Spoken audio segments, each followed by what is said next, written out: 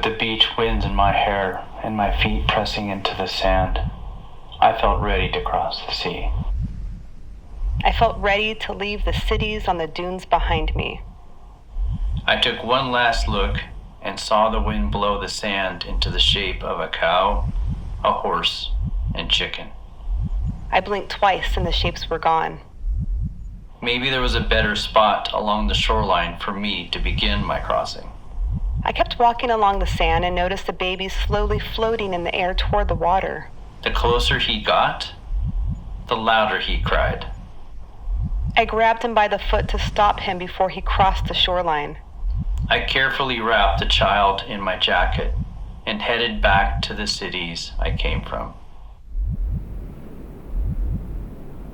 Past the sand dunes, there was one tower that stood high above the rest.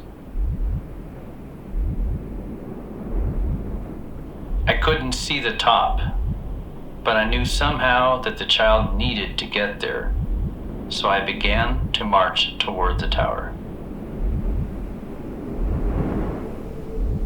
With every step, my feet slowly sank into the ground beneath me. I had to forcefully yank each foot out of the dirt. It took hours to reach my destination. The tower was completely empty. There were no residents, no decorations. No furniture. No furniture. No doors. No doors. No windows. No windows.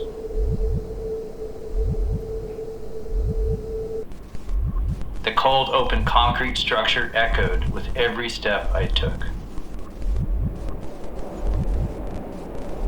I brought the child all the way to the top of the tower. In the middle of the roof, there was a small fire, and sitting by the fire was a man in black. I blinked twice and the baby was suddenly in his arms.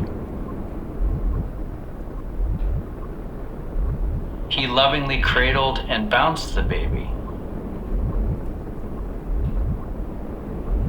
His eyes were smiling, but it was then that I noticed he didn't have a mouth.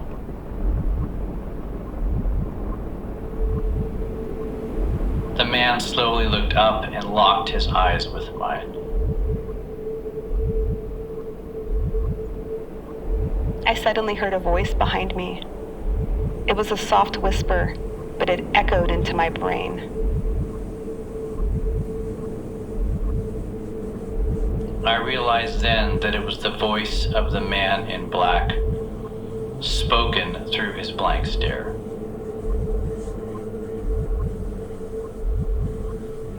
He told me that death was the key to ascension.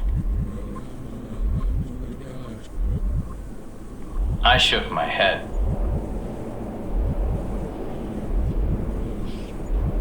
I felt a lump in my throat.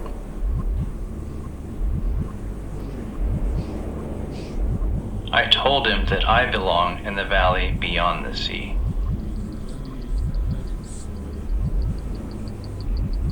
The man in black knelt and wept for me.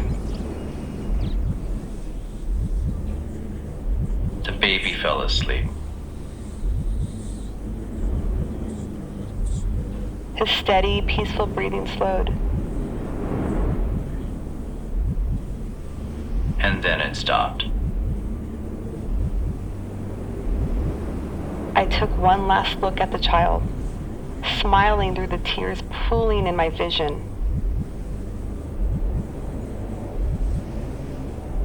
The man in black allowed him to float again, and this time the baby went up to the far reaches of the sky.